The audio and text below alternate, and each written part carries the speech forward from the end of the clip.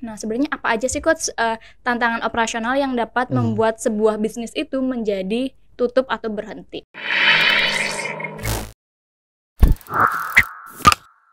Halo teman-teman semuanya, balik lagi sama aku Vika di Coaching for Business. Nah, di kesempatan kali ini aku ingin membahas nih tentang sebuah topik yang sedang hangat-hangatnya nih teman-teman semuanya. Yuk kita langsung aja bincang-bincang sama Coach Aditya. Halo Coach. Halo. Apa kabar nih Coach? Alhamdulillah baik. Alhamdulillah baik ya Coach ya. Nggak kerasa udah tahun 2024 aja nih Coach. Iya. Selamat tahun baru ya Coach ya. Selamat tahun baru juga 2024. Oke. Oke Coach. Ini ada berita yang sedang hangat-hangatnya Coach. Lagi hangat-hangatnya nih Coach. Ya, oke. Oke, jadi ada salah satu pembelajaran online ini dinyatakan tutup gitu Coach atau berhenti. Ya, nah itu setelah 20 tahun beroperasi dan dari pihaknya itu menyatakan bahwa penyebab berhenti atau tutupnya ini karena tantangan operasional nih Coach. Nah, mungkin buat para business owner ini juga bisa jadi buat pembelajaran gitu ya Coach ya. Nah, sebenarnya apa aja sih Coach tantangan operasional yang dapat membuat sebuah bisnis itu menjadi tutup atau berhenti? Apa aja tuh Coach? Ya, tantangan operasional tadi kamu bilang ya. Iya, betul. Dan tadi kamu sudah bilang juga kan bahwa organisasi ini sudah 20 tahun ya? Iya, sudah 20 tahun. Sudah 20 Dua tahun. dekade, iya betul. Sudah 20 tahun beroperasi. Iya, betul. Ya, pasti ya itu operasi tuh ya, operasional. Iya, betul. Selama 20 tahun gitu ya. Dan saya yakin selama 20 tahun itu sudah ada tantangan operasional dong. Pasti, karena kan beroperasi gitu ya. Kalau dia nggak beroperasi berarti nggak ada tantangan operasionalnya ya. Betul Coach. Iya. Baiklah, jadi tantangan operasionalnya itu banyak gitu dan itu kan suatu istilah yang sangat umum ya. Iya. Semua masalah di organisasi itu adalah tantangan Pasti operasional gitu loh ya. Jadi ada yang mengatakan bahwa ya semua aktivitas di organisasi itu adalah ya operasionalnya organisasi gitu ya. Jadi ya sangat umum dan luas banget gitu ya. Nggak tahu di organisasi ini yang dikatakan tutup ini dia ya mereka supaya juga ini kali ya menjaga image juga ya sehingga nyebutin tantangan operasional, jadi tidak spesifik ya. Iya, betul. Gitu. Dan kalau kita bicara tantangan operasional tuh banyak, tadi saya bilang ya, operasional itu kan semua aktivitas proses bisnis organisasi ya dari A sampai Z itu operasional. Operasional semua ya gitu kan, ya. dari mulai marketnya, researchnya, sampai bikin produk baru, sampai jualannya, sampai deliverynya, sampai akhirnya keuangan itu operasional. Dari hulu ke hilir gitu ya Coach Iya, ya. hulu ke hilir itu operasional dan ada juga yang lebih mempersempitnya gitu ya. Jadi akhirnya suatu organisasi atau bisnis itu dibagi menjadi 2 bagian atau 3 lah gitu ya. Bagian yang pertama bagian marketing salesnya, kemudian bagian operasionalnya yang di sini yang disebut operasional itu ya proses produksinya, proses ininya ya. Kalau kita bicara produksi barang gitu ya, produksi barang atau delivery jasa kalau jasa gitu ya. Dan keuangannya dan gitu ya. Finance-nya gitu ya Coach ya. Ada dibagi seperti itu. Oke lah kalau kita bicara operasional yang bagian ininya aja ya, bagian yang produksinya. Teknik-tekniknya, iya betul. Itu masalah apa saja nih? Ya ujung-ujungnya adalah masalahnya yang bikin bangkrut yang atau kamu bilang tutup gitu Coach. Ya udah hapus yang tadi bangkrut. Nah lo Pak Adit.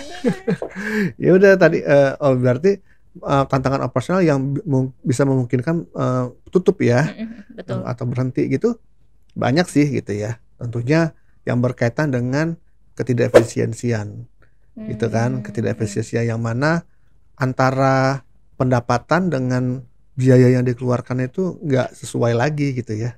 Udah nggak menguntungkan. Gapnya terlalu jauh kali ya Coach ya. Jadi pengeluarannya lebih besar gitu.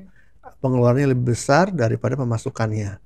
Ini akibat karena apa? Karena pemasukannya memang kecil, padahal biaya sama aja gitu ya. Biayanya sama aja dari 20 tahun itu gitu ya. Tapi pemasukannya semakin kecil. Atau ya pemasukannya sama tapi biayanya semakin bertambah. Pengeluarannya semakin bertambah. Ya kan, harusnya kan sejalan ya gitu ya. Harusnya kan berbanding lurus itu korelasi ya. Maksudnya ya intinya sih harusnya pemasukan jauh lebih besar daripada pengeluaran. Harusnya gitu ya Coach ya. Kalau mau untung ya. Nah ini kemungkinan faktornya yang utamanya itu.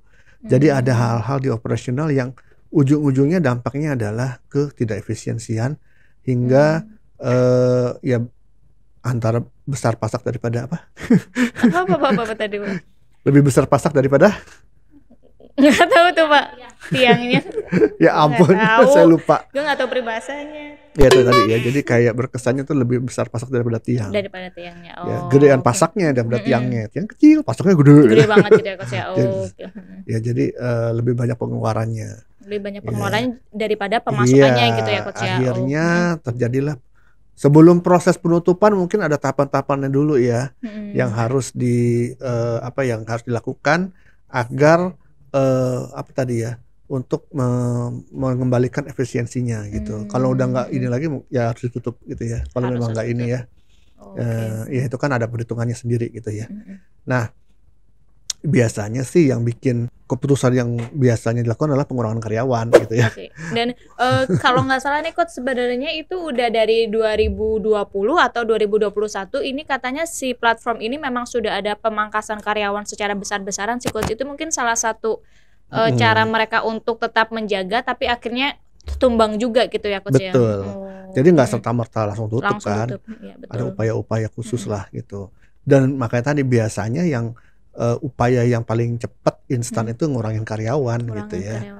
Walaupun sebetulnya sih tidak selalu akan bisa menyelesaikan masalahnya atau tidak akan menyelesaikan akar masalahnya. Itu hanya reaksi jangka pendek aja gitu loh. Mungkin kalau misalkan selain lebih besar pengeluaran daripada pemasukan, ada lagi nggak Coach kalau misalkan tantangan-tantangan operasional yang sering terjadi tuh Coach? Nah, ya itu kan dampaknya hasil akhirnya tuh bahwa lebih besar pengeluaran daripada pemasukan.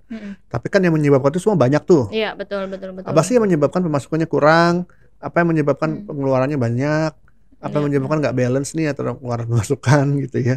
Kan banyak banget gitu. Iya, betul. Ya misalnya kalau misalnya dari sisi pemasukan yang berkurang, ya pasti kan jadi produk atau jasanya ya. Maksudnya gini, ya tentunya karena penjualannya kan berkurang gitu ya. Penjualan berkurang macam-macam lagi nih gitu kan. Betul. Apakah karena memang marketnya yang berkurang, apa produknya bermasalah, banyak komplain gitu ya, sehingga orang kompetitor juga banyak yang beralih ke kompetitor, nggak ada perubahan, macam-macam tuh gitu ya. Betul. Ini harus kalau dibahas bisa satu buku. Iya betul. Bisa seharian juga gitu ya Coach ya. Bisa seharian gitu ya. Jadi pemasukan berkurang karena omset berkurang. Ya omset pemasukan ya. Betul. Omset berkurang karena penjualannya berkurang. Produknya ya yang dijual berkurang. Kenapa berkurang? Macam-macam tuh. Apakah semakin mahal, semakin nggak efisien, produknya nggak semakin sesuai dengan kebutuhan, banyak komplainnya kali gitu ya, atau sudah banyak yang berpindah ke kompetitor, pengembangan produknya kurang, inovasinya kurang, banyak banget gitu ya.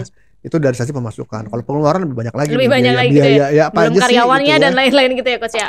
Iya, investasi atau apa ya, biaya-biaya yang dikeluarkan gitu ya, biaya variabel dan biaya fix. Biasanya biaya fix gitu yang bisa lebih besar bisa gitu mempengaruhi ya gitu, karena ada nggak adanya penjualan, biaya fix ini tetap ada nih, harus dibayar gitu ya. Contoh gaji karyawan gitu ya. Semakin banyak karyawan yang direkrut kan juga itu kan harus setiap bulan kan harus digaji secara tetap ya. Mau penjualannya gede atau kecil gitu ya. Contoh yang lain adalah investasi dari teknologi gitu ya, yang harus dibayar gitu ya. Wah itu banyak juga gitu ya. Apalagi kalau misalnya produk mungkin juga pembelian raw materialnya yang harganya semakin meningkat gitu ya, tapi tidak juga bisa dikompensasikan dengan harga produknya. Wah itu juga akan berpengaruh gitu ya. Jadi intinya sih segala hal yang berkaitan dengan duit sih. Iya. Berkaitan dengan cuan gitu ya Coach ya. Berkaitan dengan duit di sana, apakah kekurangan omset ataukah kelebihan cost gitu. Apalagi zaman sekarang dunia digital itu kan lebih berkembang dan otomatis platform online itu juga semakin banyak gitu ya Coach ya, kompetitor gitu. Mungkin kalau misalkan nggak bisa bersaing di dunia marketingnya atau mungkin nggak bisa buat gimmick pemasarannya, itu juga bisa kalah gitu ya Coach ya. Iya. Ya tadi ya kalau di sisi dari produk yang banyak komplain juga bisa disebabkan dari karyawannya. Apa karyawannya? Ya karyawan dalam produksinya mungkin yang bermasalah. Itu juga ujung-ujungnya kenapa? Apakah faktor dia tidak punya kompetensi yang tepat, atau memang dia juga nggak ada motivasi lagi, atau memang salah produksi atau apa pun banyak banget gitu ya. Semua kemungkinan juga bisa terjadi gitu. Iya, jadi harus dievaluasi bener-bener sih. Harus di breakdown semuanya gitu ya Coach ya, kalau misalkan mau bisa meningkat lagi gitu penjualannya. Nah, oke Coach. Kalau misalkan tadi kita udah bicara tentang tantangan-tantangan operasional apa gitu yang bisa membuat sebuah bisnis itu tutup atau berhenti. Nah, kalau misalkan ada nggak Coach cara-cara untuk menstabilkan operasional itu Coach supaya ya meningkat gitu Ya, Coach? cara-cara mengembalikannya ya. Iya, betul. Ya awalnya tentu dengan evaluasi dulu ya. Evaluasi dulu, lihat nih kondisinya. Kalau dokter tuh diagnosis dulu, Iya, ya kan? diagnosis. Assessment dulu kali ya Coach ya? Assessment iya. gitu ya. Kalau dokter diagnosis, baru bisa tahu nih masalahnya apa, baru tahu obatnya kan. Iya, betul. Ini juga sama sih, jadi harus ada evaluasi. Macam-macam evaluasinya dari berbagai sumber ya. Bisa dari sumber-sumber yang internal, kayak kita melakukan audit nih, audit keuangan, audit operasional gitu ya.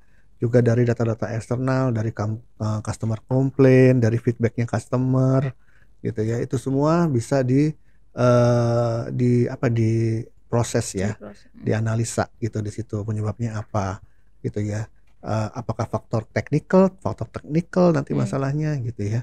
Nah itu juga harus harus dievaluasi dulu gitu ya. Betul. Baru setelah itu dapat nih akar masalahnya dengan proses yang sakit kepala sih biasanya. Iya benar. Pusing-pusing dulu gitu ya Coach ya. Iya, untuk mengetahui akar masalah gitu kan. Barulah diambil tindakan. Bikin perencanaan dulu dong. Perencanaan tindakannya apa aja. Ya tentunya dari situ juga harus mempertimbangkan manajemen risikonya. Dari setiap tindakan itu apa risiko-risikonya yang mungkin terjadi, dan juga dipikirkan antisipasinya. Jadi ada plan A, plan B-nya. Plan B-nya itu adalah antisipasi dari kalau plan A-nya ada terjadi risiko gitu ya. Baru pelaksanaan. Ini kan benar-benar PDCA gitu ya. PDCA lah, plan do check action gitu ya. Sama gitu ya. Jadi setelah diambil sudah direncanakan, risikonya juga sudah potensi risikonya sudah diidentifikasi, dan antisipasi sudah sudah ditetapkan juga, baru dilaksanakan. Harus ada monitoring yang ketat gitu ya, dan harus ada evaluasi secara berkala lagi gitu, terus menerus gitu. Barulah di situ ya itu tadi ya, untuk mengembalikan operasional secara perlahan gitu ya. Ya nggak bisa langsung ya. Kalau mau langsung cepat memang kayak pengurangan karyawan gitu kan. Ya iya gitu. Cuma kalau pengurangan karyawan, kalau misalnya memang akar masalahnya belum dapat, ya sama nggak aja. akan bisa nemu solusinya gitu ya Coach ya. Iya. Malah nanti muncul masalah baru. Iya gitu betul. Iya betul Coach. Iya kan, karena karyawan yang misal contoh karyawan yang masih ada bisa jadi demotivated ya, ketakutan, nggak tenang juga kan gitu. Iya, teman-temannya udah dikeluarkan semua. Terus juga dia harus mungkin kerjanya sudah nggak perangkap kali gitu ya. Double job karena kan banyak posisi-posisi yang akhirnya kosong. Iya, betul. Atau jumlahnya udah nggak sesuai lagi dengan ukuran kapasitasnya gitu ya, kapasitas pekerjaan yang harus dilakukan. Terus apalagi nanti kalau misalnya rekrut lagi yang baru ya, harus mungkin beradaptasi yang lagi lebih murah gitu, tapi harus belajar lagi, masalah lagi. Udah ya semuanya sih pasti ada risiko-risiko yang harus dipikirin. Ada risiko gitu ya Coach ya. Oke, kalau misalkan tadi Coach Adit kan bilangnya harus ada evaluasi yang terukur gitu ya Coach ya. Nah sebenarnya ada patokan nggak Coach, sebenarnya evaluasi yang baik dan benar itu harus berapa semester kah, atau mungkin kuartal 1, 2, 3 atau gimana tuh Coach? Ya, yang baiknya gitu. Ya itu kan tergantung dari nanti tindakannya apa gitu loh. Dan juga rentang untuk perbaikan rencananya ini targetnya kapan gitu ya. Ya bisa seminggu sekali, bisa sebulan sekali gitu ya. Menyesuaikan gitu kali ya Coach ya. Biasanya sih evaluasinya atau monitoringnya awalnya ketat dulu ya. Kalau makanya udah semakin membaik ya akan lebih direnggangkan. Betul. Ya. Jadi bisa fleksibel gitu. Oke, makasih banget nih buat Coach Adit yang sudah men-sharingkan gitu ya tentang apa aja sih tantangan-tantangan operasional yang harus dihindari nih, dan juga hal-hal apa aja yang bisa menstabilkan gitu ya Coach ya operasional itu, supaya bisnisnya itu semakin berkembang dan meningkat gitu. Nah, thank you banget nih buat bincang-bincang sore ini Coach Aditya. Sama-sama. Akhir kata dengan saya Vika dan saya Aditya Wijaya. Sampai jumpa.